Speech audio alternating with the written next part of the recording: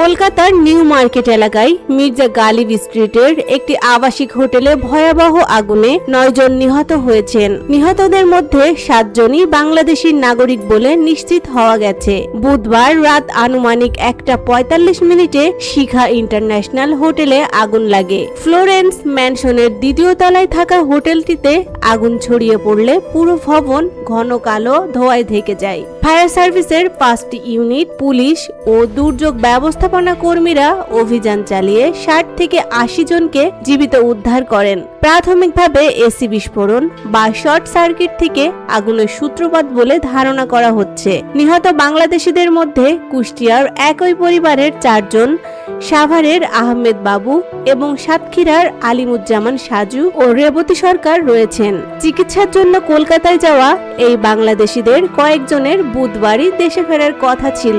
আরও অন্তত 6 বাংলাদেশি আহত হলেও প্রাথমিক চিকিৎসার পর তাদের ছেড়ে দেওয়া হয়েছে।